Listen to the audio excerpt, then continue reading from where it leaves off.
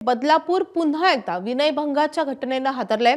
बस चालकानं अल्पवयीन विद्यार्थिनीचा स्कूल बसमध्ये विनयभंग केल्याची धक्कादायक घटना समोर आली आहे। गंभीर बाब म्हणजे या स्कूल बसमध्ये कोणतीही महिला मदतनीस नव्हती।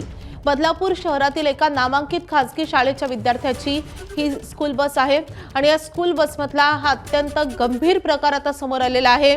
बदलापुरात स्कूल बसमध्ये अल्पवयीन विद्यार्थिनीचा विनयभंग झाल्याचं समोर आलंय।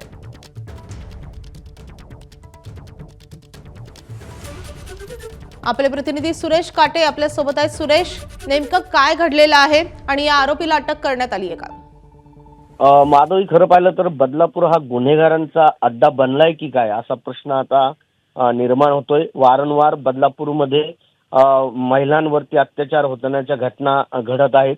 आताच 2 दिवसापूर्वीच श्रीबीज विक्रीचं प्रकरण घडलेलं होतं। त्या घटनेसाठी काल महिला आयोगाच्या अध्यक्षा रुपाली चाकणकर यांनी देखील बदलापूरमध्ये काल सर्व पोलीस अधिकारी आणि सीओंसोबत बैठक घेतली होती। मात्र त्या जात नाही तोच पुन्हा एकदा एका स्कूल बसमध्ये अल्पवयीन विद्यार्थिनीचा विनयभंग चालकाने केलेला आहे।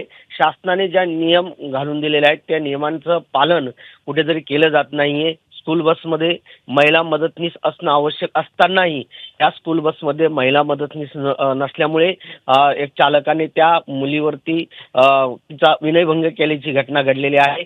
खरं पाहिलं तर काल महिला अध्यक्ष ज्या रुपाली चाकणकर ज्या आहेत त्यांनी स्कूल बस संदर्भात देखील अधिकाऱ्यांना काही सूचना केलेल्या होत्या।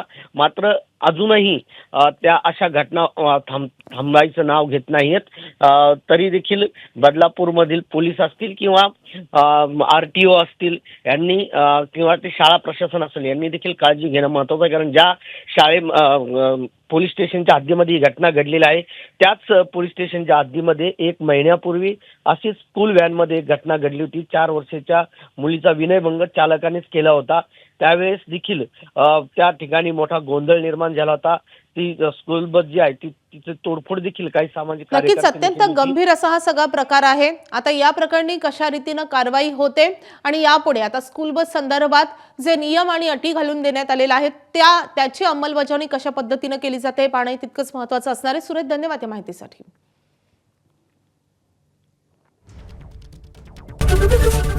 एबीपी माझा, उघडा डोळे बघा नीट।